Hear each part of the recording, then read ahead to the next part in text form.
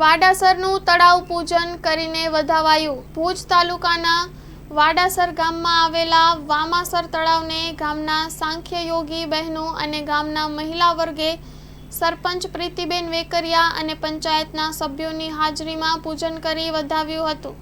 Story report by Karan Vaghela, Bhuj.